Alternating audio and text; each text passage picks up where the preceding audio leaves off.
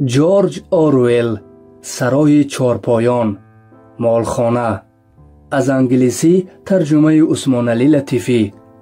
در قرائت دلشاد رحمت الله. ادامه. باب هشتم.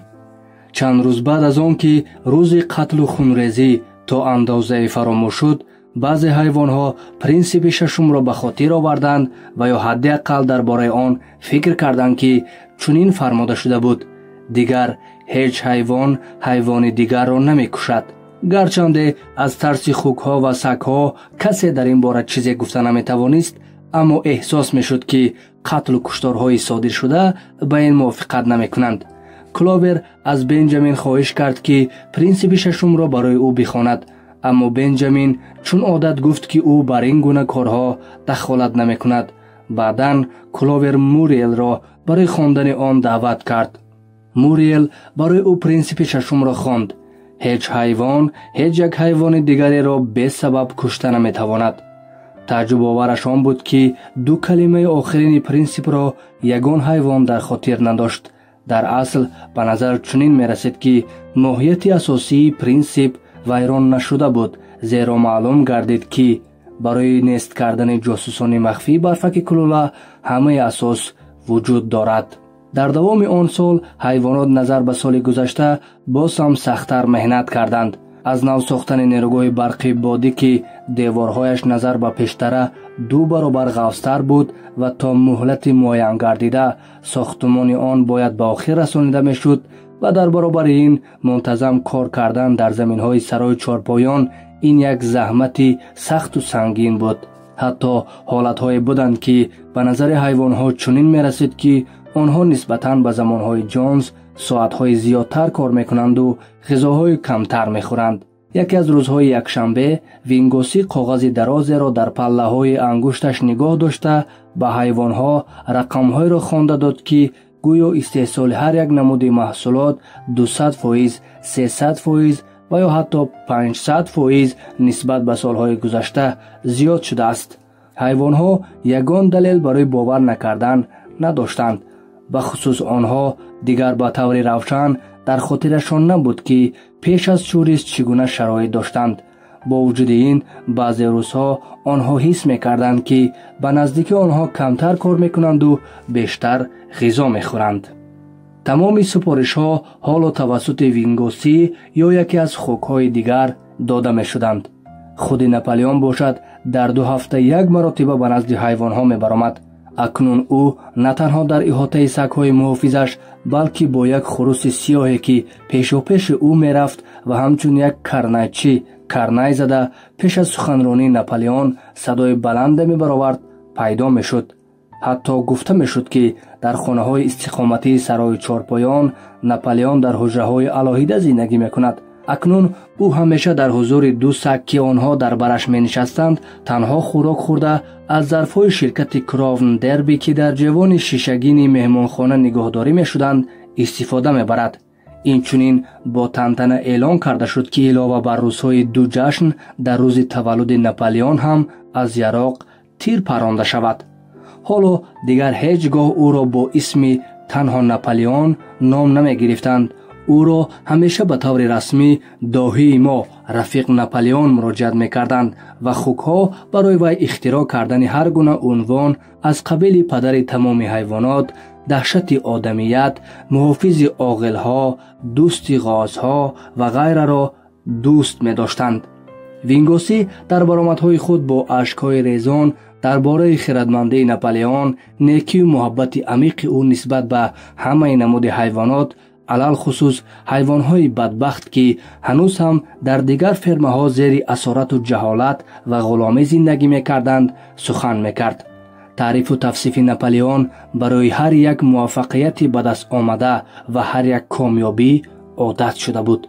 بعضاً می‌شنیدید که یک مرغ به مرغ دیگر می‌گفت: تحت راهبری داهی ما رفیق ناپلیون در ظرف 6 روز 5 دانه تخم سپردم، و یا 2 مادگاو که در نزد حوض آب نوشاکی آب می نوشیدند خطاب می کردند.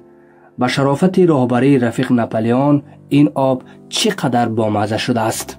حسیات عمومی باشندگان سرای چارپایان در شعر تحت عنوان رفیق ناپلیون که آن را مینیموس ایجاد کرده بود چنین افاده یافته بود: معلم و پیشوای ما، مربی بچه های ما، پاسبان جنگل و صحرا، فصل سرما فصل گرما. بهره‌ور از گرمی تو ای چراغی رهنما، ای خوکی خوکان. نیست در انبار کمیاب هم جو و گندم و آرداب، هم اسب و بیدانه سیرند مان همه همسایه ها دانند. پادبان و بانوان هم میکند پیروز ما را، ای خوکی خوکان. هر یکی از خوکچه آزاد کرده در گوهاره فریاد، میرسد دوران خوکان، زنده بادا تازه دوران، زنده بادا کبنه را، ای خوکی خوکان. ناپلیون این شعر را معقول دانست و سفارش داد که آن در دیوار دیگر انبار کلان در مقابل 7 پرینسیپ نوشته شود. در بالای آن پورتریت ناپلیون را آویزان کرده بودند که چارچوب آن را وینگوسی رنگ سفید کرده بود. در همین وقت توسط میانروی وایمپر ناپلیون با فردریک و پیلکینگتون به گفت و شنیدهای مرکب مشغول شده بود. توده چوب و تخته هنوز هم فروخته نشده بود. از این دو نفر فردریک برای گرفتن آن بیشتر مراق ظاهر نموده بود، اما او نرخ موافق پیشنهاد نمیکرد.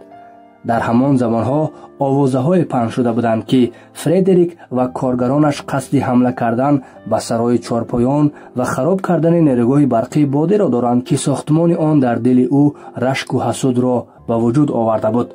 معلوم بود که برفک کلوله در فرمای پینچفیلد تا حال پناه می برد. در میانه های فصل تابستان حیوان ها شنیدند که 3 مرغ به نزد ناپلیون آمده اقرار شدند که در همکاری با برفک کلوله نقشه کشتار ناپلیون را کشیدند. آنها را فوراً به قتل رسانیدند و برای بخطری ناپلیون چاره های مؤثر اندیشیده شدند.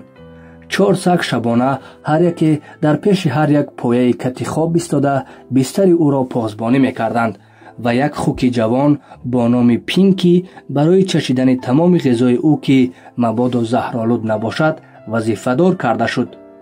در برابر این تخمینا معلوم شد که ناپلیون برای فروختن توده چوب و تخته به جناب پیلکینگتون آماده است و او برای مبادله بعض محصولات نیز بین سرای چارپایان و فاکس فود شرطنامه دائمی بستنی بود.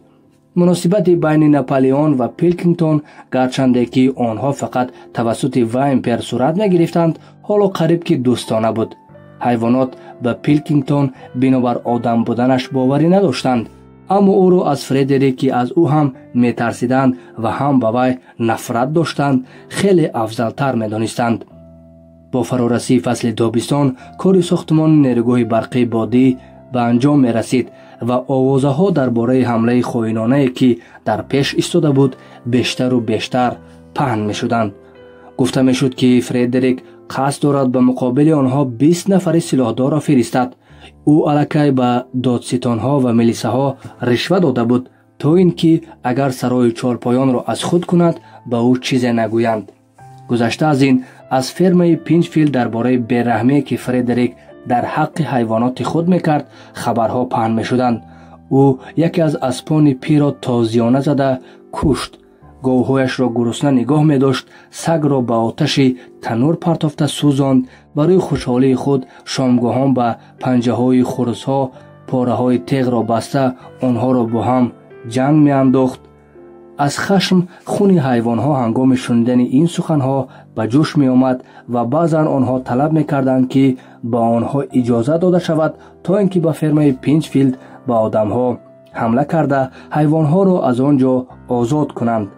اما وینگوسی از آنها دعوت کرد که به احساسات داده نشوند و از این کردار دغلانه خودداری کرده به استراتژی خردمندانه رفیق ناپلیون باور کنند. با وجود این حسیات بدبینی نسبت به فردریک به حد بلند بود. یک صبح روز یکشنبه ناپلیون در انبار پیدا شد و به اهل مجلس فهماند که او هیچگاه درباره به فردریک فروختن توده چوب و تخته فکر نکرده است و این کار از شأن و اعتبار خود پستر می شمارد و با رذیلان معامله نمی کند. با فوکسفود رفتن کبوترانی که تا حال برای پهن کردن خبر شورش به این طرف و آن طرف فرستاده می شدند منع کرده شیار پیشینه مرگ بر آدمها را به عباره مرگ به فردریک عوض نمودند. در آخر فصل تابستان باز یک نیرنگ برفک کلوله آشکار کرده شد. زمین‌های گندم کاشته شده پر از علف‌های بیگانه بود و معلوم کرده شد که برفک کلوله در یک از تشریف‌های پنهانی شبانه‌اش تخم علف‌های بیگانه را با تخم گندم آمیخته کرده است. گوسک که در این کار نقش خود را داشت به گناه خود در نزد وینگاسی اقرار شد و در حال میوه‌های زهردار انگور سگک را خورده خودکشی کرد. حیوان‌ها اکنون بر علا فهمیدند که برفک کلوله چنانه که بسیاری از آنها تا حال باور داشتند عنوان قهرمان حیوانات درجه یکم را هیچگاه نگرفته بوده است. این تنها یک افسانه بوده که چند پس از محاربه نزد عاقل گاوها خودی برفک کلوله پهن کرده بوده است. او نه تنها عنوان نگرفته بود بلکه برعکس برای نشان دادن ترسانچکی در جنگ او را مذمت کرده بودند. بار دیگر بعضی حیوان‌ها این را تعجب آور فهمیدند، اما وینگاسی به زودی توانست آنها را باور کناند که فکرشان در این باره خطاست. فصل تیر ماه همچون فصل مهنت وزنین پرمشقت در خاطره ها باقی ماند. دو کار یکجای، از یک طرف جمع آوری حاصل، از طرف دیگر ساختمان نیروگاه برقی بادی بود که آن را به آخر رسانیدند. اکنون ساختمان نیروگاه برقی بادی به انجام رسید و زمان نصب ماشین پیش آمد که در این سمت برای گفت و شنید عاید به خریداری نمودن تجهیزات وایمپر موظف گردیده بود. به همه این دشواری ها نگاه نکرده و صرف نظر از بی‌تجربگی نصب و استفاده تجهیزات، ناآمدی های کار و خیانت برفک کلوله کار طبق وقت مقرر شده انجام یافت. حیوانات خسته شده با یک غرور و سرفرازی گرد و اطراف این ساختمان با حشمت دور می‌زدند که آن در نظرشان نظر به نیروگاه برقی بادی قبلا ساخته شده باز هم زیباتر می‌نمود. زیاده از این دیوارها نظر به دیوارهای پیشتره 2 برابر غوثر برداشته شده بودند. این دفعه به جز یگان مواد ترکنده دیگر هیچ چیز آنها را خراب کرده نمی‌توانست. و هنگامی که آنها درباره آنکه چگونه زحمت‌ها کشیدند، چطور دلیرانه مشکلات را پس سر نمودند و دگرگونی‌های عظیم در حیات آنها هنگامی به گردش درآوردن پروانه چرخ زننده گنراتور به وجود می‌آید، فکر می‌کردند خستگیشان برطرف می‌شد و با نداهای ظفر بر گرد و اطراف نیروگاه برقی بادی چرخ می‌زد. خود ناپلئون با همراهی سگ‌ها و خروسش برای از نظر گذراندن کار انجام یافته به آنجا آمد و شخصا حیوانات را با این موفقیتشان تبریک و مبارکباد کرده اعلان کرد که به نیروگاه برقی بادی نام نیروگاه ناپلئون داده شود. پس از 2 روز حیوانات را به جمع آمد مخصوص به انبار دعوت کردند. وقتی که ناپلئون گفت که توده چوب و تخته را به فردریک فروخته است، همه به حیرت افتادند. فردا ماشین های بارکش فردریک می آیند و به کشانیدن توده چوب و تخته شروع می کنند. در تمام دوره دوستی ظاهری خود با پیلکینگتون، ناپلئون در حقیقت با فردریک مناسبت های پنهانی داشت. همه گونه مناسبت ها با فوکسفود کنده شده به پیلکینگتون خبرهای تحقیر کننده فرستاده می شدند. به کبوتران سفارش دادند که از فرم پینچفیلد کناره‌گیری کنند و شعار مرگ بر فردریک را به مرگ به پیلکینگتون عوض کنند.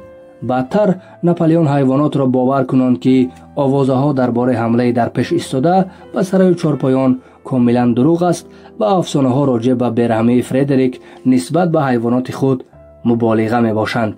همه این آوازها با احتمال زیاد از برفک کلوله و جاسوسان او منشأ می گیرند. غیر از این معلوم شد که برفک کلوله نه تنها هیچ وقت در فرم پینچفیلد پنهان نشده است، بلکه در عمرش به آنجا نرفته است.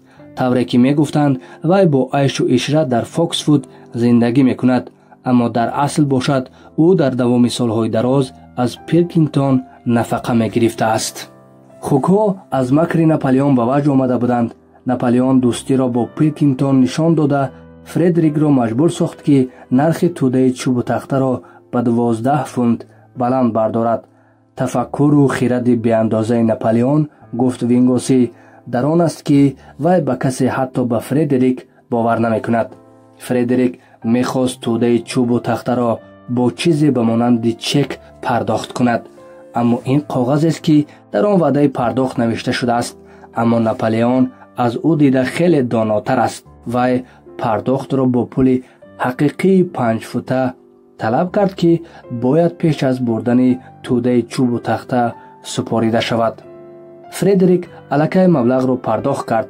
آن برای خریدن تجهیزات نیروگاه برقی بادی بسنده بود. در این وقت توده چوب و تخته را سراسیمه‌وار کشانیده بردند.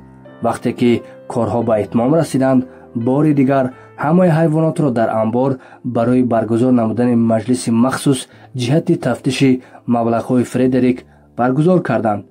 ناپلئون هر دو مکافات خود را به بر کرده با طبع خوش در بلندی صوفه انبار در بالای گندم پایه نشسته در پهلویش روی لعله چینی که از آشخانه خانه استقامتی سرای چهارپایان گرفته بودند اسعار گرفته‌اش را گذاشته بود. حیوانات آهسته آهسته به پیش حرکت کرده هر کدام آنها این بایگری را به سری نگاه می‌کردند. بوکسور بینی خود را به نزد لعله اسعار برد و پولهای سفید کاغذی از دم نفسش پاش خورده پریشان شدند. پس از 3 روز یک صدای دهشتناک شنیده شد. وایمپر با رنگ روی پریده با دوچرخه خود از پیرهه دویده درآمد و دوچرخش را به صحن حولی پرتافته راست به سوی خانه استقامتی سرای چهارپایان شتافت. لحظه دیگر از داخل حجره‌های ناپلئون غورش دردناک بلند شد. خبر حادثه روی داده در گرد و اطراف سرای چهارپایان مثل سوختار زود پهن گردید. کاغذهای اسعار قلبکی بودند. فردریک توده چوب و تخته را مفت از خود کرد. ناپلئون حیوانها را در حال جمع کرد و با آوازی بلند به فردریک حکم قتل را اعلان کرد. بعد از دستگیر شدنش گفت او فردریک باید زنده در آب جوشانیده شود. در برابر این همه را هشدار داد که پس از چنین عملی خائنانه از او هر عمل بدترین را انتظار شدن ممکن است. فردریک و کارگرانش حمله به نقشه گرفته‌شان را می توانند در هر لحظه انجام دهند. در تمام راه‌های سرای چهارپایان پاسبان‌ها گذاشته شدند. علاوه بر این 4 کبوتر را به فوکس‌وود با پیام مصالحه‌آمیز فرستادند. با این راه می‌خواستند با پیلکینگتون مناسبت‌های خوب برقرار کنند. صبح روز دیگر آنها حمله کردند. حیوانات در وقت غذای صبحانه خوردنشان از پاسبانان خبر فردریک و پیروانش را آوردند که توسط دروازه کلان پنجرگی سرای چهارپایان وارد شده بودند. حیوانها دلیرانه به مقابل آنها برآمدند، اما آنها این دفعه مثل محاربه نزد عاقل گاوها به آسانی پیروزی را به دست نآوردند. 15 نفر آدم که نصف آنها یراق داشتند در فاصله 50 متر آتش کشادند. صرف نظر از کوشش‌های ناپلئون و بوکسور که آنها را روح بلند می‌کردند، حیوانات به مقابل تیرهای جانسوز و ترکش‌های دهشت‌آور ایستاده نتوانستند و زود عقب نشینی کردند. یک قسمشان الکی زخمی شده بودند. آنها به بناهای سرای چهارپایان پناه برده طریق سوراخی‌ها به بیرون احتیاطکارانه چشم می‌دوختند. دشمن تمام چراگاه کلان از آن جمله نیروگاه برقی بادی را ضبط کرده گرفت. حتی ناپلئون گمراه شده بود. وی بدون سخن گفتن به پایین و بالا دمش را فشرده و تکان داده قدم میزد. با نگاه غمگین به طرف فرمای فوکس‌وود مینگریست. اگر پیلکینگتون و کارگرانش به آنها کمک میکردند، شاید آن روز آنها غالب می آمدند. در این لحظه 4 کبوتری که یک روز قبل فرستاده شده بودند برگشتند و یکی از آنها خطچه از پیلکینگتون آوردند. در آن چنین کلمه ها نوشته شده بود: شما را کاری خوب کردند.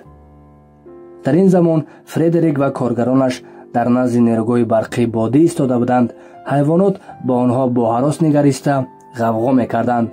2 نفر آدم که یک مصران و یک پوکت بالغای کلان استحصال کرده بودند خواستند آسیاب بادی را به خاک یکسان کنند. بیفایده این کار را نکنید، خطاب کرد ناپلئون. ما دیوارهای خیلی غف ساخته ایم. شما آنها را در دوام 1 هفته نمیتوانید ویران کنید، رفیقان دلیر. اما بنجامین با دقت به حرکت‌های آدمان نگاه میکرد.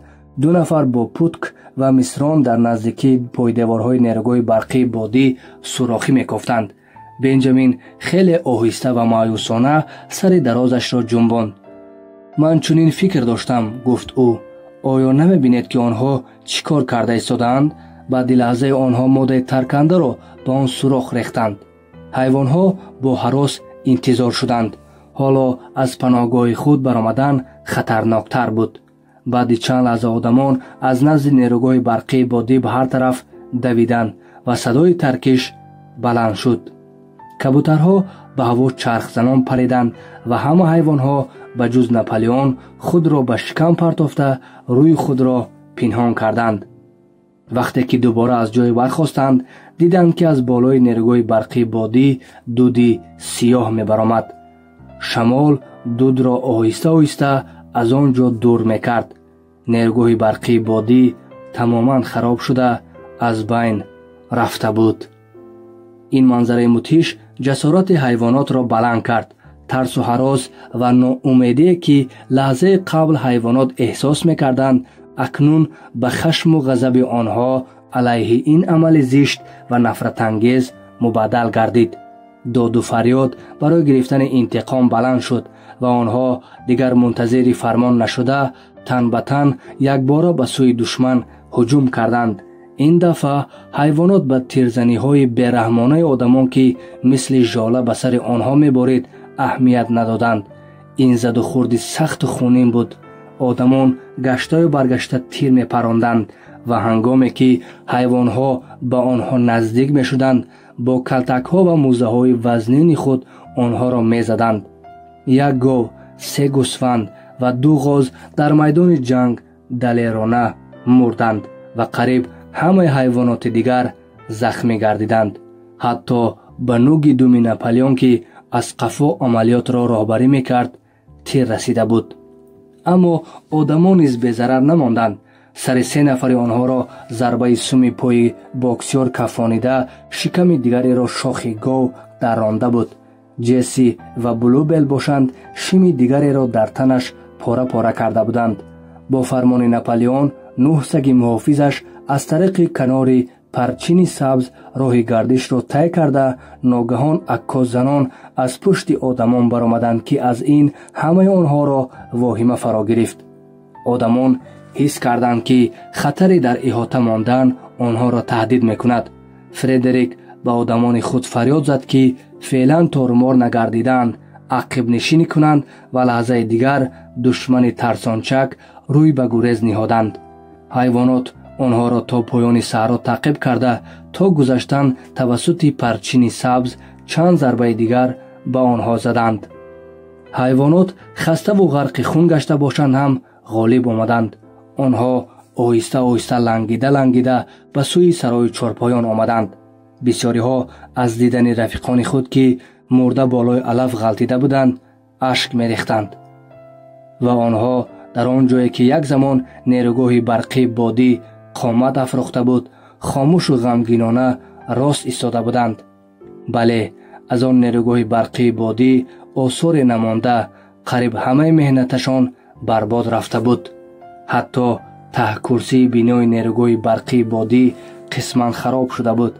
برای از نو ساختن آن این دفعه مثل پیشتره از سنگ‌های چپه شده استفاده برده نمی‌شد، چون که این بار سنگ‌ها دیگر وجود نداشتند. قوه ترکش آنها را به مسافه صدها متر دور پرتافته بود، گویا که هیچگاه در اینجا نیروگاه برقی بادی وجود نداشت. وقتی که آنها به مکان خود نزدیک شدند، وینگوسی از کجای جسته به سوی آنها با قناعتمندی و خرسندی دومش را جنبانیده دویده آمد. حیوانات با تنتنه تیرپرانی یراق را که از طرف بینای اساسی سرای چارپایان می آمد شنیدند. حیوانات برای چی از یراق تیر می اندازند؟ گفت باکسیور. به شرف غلبه ما، خطاب کرد وینگوسی. چگونه غلبه؟ گفت باکسیور. از زانوهایش خون می رفت. این چونین نعلش را گم کرده سم پایش پاره پاره گردیده به پای قفایش 10 دانه تیر رسیده بود. چه خیل غلبه رفیق! آیا ما دشمن خود را از خاک خود، از خاک مقدس سرای چارپایان پیش نکردیم؟ аммо онҳо нерӯгоҳи барқии бодиро вайрон карданд. мо дар давоми 2 сол онро сохта будем. баъд чӣ? мо боз як нерӯгоҳи барқии бодии дигар месӯзем. агар лозим шавад боз 10 нерӯгоҳи барқии бодии дигар месӯзем. шумо рафиқ он кори бузургеро ки мо анҷом додем қадр намекунед. душман ҳамин заминеро ки мо дар он истодаем ишғол карда буд. акнун ба шарофати роҳбарии рафиқ Наполеон мо ҳар як ваҷаби онро боз ба даст овардем. пас мо он чизеро ки қаблан доштем бозпас гирифтем, гуфт боксёр. ин ғалабаи мост, гуфт Вингоси. онҳо лангида ба ҳавлӣ даромаданд. тирҳое ки зери пӯсти пои боксёр монда буданд сахт дард мекарданд. вай дар пеш меҳнати вазнини аз таҳкурсӣ барқарорсозии нерӯгоҳи барқии бодиро медид ва аллакай барои иҷрои ин кор рӯҳан тайёр буд. аммо бори аввал ба фикраш омад ки ӯ акнун 11 сола аст ва шояд мушакҳои бузургаш он гунае набошад ки қаблан буданд. аммо вақте ҳайвонҳо алвонш задани парчами сабзро диданд ва садои тирпаронии яроқро шуниданд, дар маҷмӯъ 7 маротиба тир холӣ карда шуд ва нутқи табрикотии Наполеонро оид ба шуҷоат ва мардонагии онҳо дар ҷанг шуниданд. дар ҳақиқат бовар карданд ки онҳо ғалабаи калон ба даст оварданд. ҳайвоноти дар ҷанг кушташударо тантанавор дафн карданд. боксёр ва кловер аробаеро ки барои бурдани тобут истифода мешуд мекашиданд ва худи Наполеон маросимро идора мекард. 2 рӯзи пурра ғалабаро ҷашн гирифтанд. ҳайвонот сурудхонӣ мекарданд, сухан меронданд ва боз аз яроқ тирпаронӣ менамуданд. ба ҳар як ҳайвон як себ ҳадияи хосе намуда, ба паррандагон 2 донаи ҷувори макка ва ба ҳар саг 3 бисквит дода мешуд. эълон карда шуд ки ин ҷангро муҳорибаи назди нерӯгоҳи барқии бодӣ номанд ва Наполеон унвони нав ордени парчами сабзро таъсис дода онро ба худаш тақдим кард. ҳамзамон ин ҷашнҳои бошукӯҳ сабаби фаромӯш кардани моҷароҳои асъори қалбакӣ шуданд. пас аз чанд рӯзе хукҳо дар таҳхонаи бинои истиқоматии Сарои Чорпоён як қуттии вискиро пайдо намуданд. вақте ки онҳо хонаи истиқоматии Сарои Чорпоёнро бори аввал ишғол намуданд, ба он қуттӣ таваҷҷӯҳ накарда буданд. он шаб аз хонаи истиқоматии Сарои Чорпоён садои омехтаи хондани суруди ҳайвоноти Англия баланд шуд ки он ҳамаро ба тааҷҷуб овард. тақрибан соати 9:30 Наполеон бо кӯлоҳи кӯҳнаи ҷаноби Ҷонс ба таври возеҳ дида мешуд аз дари қафои хона баромада як бор гирди ҳавлӣ давиду зуд ба хона даромада ғайб зад. субҳи рӯзи дигар тамоми Сарои Чорпоёнро хомӯшии амиқ фаро гирифта буд. хукҳо аз хона ба берун намебаромаданд. соат қариб 9 шуда буд ки Вингоси оҳиста ва ғамгинона қадамзанон бо чашмони варам бо думи лоғару овезон ба берун баромад. аз намуди зоҳирияш маълум буд ки мариз аст. вай ҳайвонҳоро даъват карда гуфт ки хабари нохуше дорад. рафиқ Наполеон мурда истодааст. садои нола дар Сарои Чорпоён баланд шуд. дар назди дари Сарои Чорпоён гандумпоя гузошта ҳайвонот бо нӯги пой қадам мезаданд. бо чашмони гирён онҳо аз якдигар мепурсиданд ки агар доҳӣ мурад онҳо чӣ кор мекунанд. овозае паҳн шуд ки новобаста аз чораҳои эҳтиётӣ гӯё барфаки кулула ба ғизои Наполеон заҳр андохтааст. соати 11 Вингоси боз як хабари дигар овард. дар охирин амали ҳаёти заминиаш рафиқ Наполеон чунин фармон дод: минбаъд барои нӯшидани машрубот ҳукми қатл дода мешавад. бо вуҷуди ин вазъи Наполеон то бегоҳ андаке беҳтар шуд ва рӯзи субҳи дигар Вингоси ба ҳайвонот гуфт ки саломатии ӯ барқарор шуда истодааст. бегоҳи ҳамон рӯз Наполеон ба кораш баргашт ва рӯзи дигар маълум шуд ки ӯ ба Ваймпер дастур додааст ки дар Веллингдон чанд китоб оид ба технологияи оби ҷавпазӣ ва дистиллятсияро харидорӣ намояд. баъд аз як ҳафта наполеон барои шудгор кардани замини хурде ки ҳамчун чароғоҳ дар боғи ҳавлӣ воқеъ буд ва барои ҳайвоноти нафақахӯр бояд ҷудо мегардид, фармон дод. гуфтанд ки замини чароғоҳ беқувват шудаасту онро аз нав кишт кардан лозим аст. вале дере нагузашта маълум шуд ки наполеон мехоҳад он ҷо ҷав корад. тақрибан дар ин вақт як ҳодисаи аҷибе рӯй дод ки ба зур кас онро бовар мекунад. як шаб тахминан соати 12 дар саҳни ҳавлӣ садои баланде ба гӯш расид ва ҳайвонҳо аз оғилҳояшон ба берун шитофтанд. он шаб шаби маҳтобӣ буд. дар поёни девори охири амбори калон ки дар он 7 принсип навишта шуда буд, нардбони шикаста меистод. вингоси ҳайрон буд ва дар паҳлӯи он бо фонус, чуткаи рангкунӣ ва қуттии чаппашудаи ранги сафед меистод. сагон дарҳол вингосиро дар ҳалқаи худ гирифта, дар баробари дар пойҳояш рост истодан ӯро ба хонаи истиқоматии сарои чорпоён гусел карданд. ҳеҷ кадоме аз ҳайвонҳо ба истиснои бенҷамини калонсол ки сарашро ҷунбонида гӯё ҳама чизро мефаҳмаду аммо чизе намегӯяд, маънои онро нафаҳмиданд. аммо пас аз чанд рӯз муриел 7 принсипро бо худ мутолиа карда пай бурд ки ҳайвонҳо боз як чизи дигарро нодуруст дар ёд доштанд. онҳо фикр мекарданд ки принсипи панҷум ҳеҷ ҳайвон машрубот наменӯшадааст, аммо 2 калимае буданд ки онҳо онро фаромӯш карданд. воқеан дар принсипи панҷум навишта шудааст: ҳеҷ ҳайвон набояд аз ҳад зиёд машрубот бинӯшад.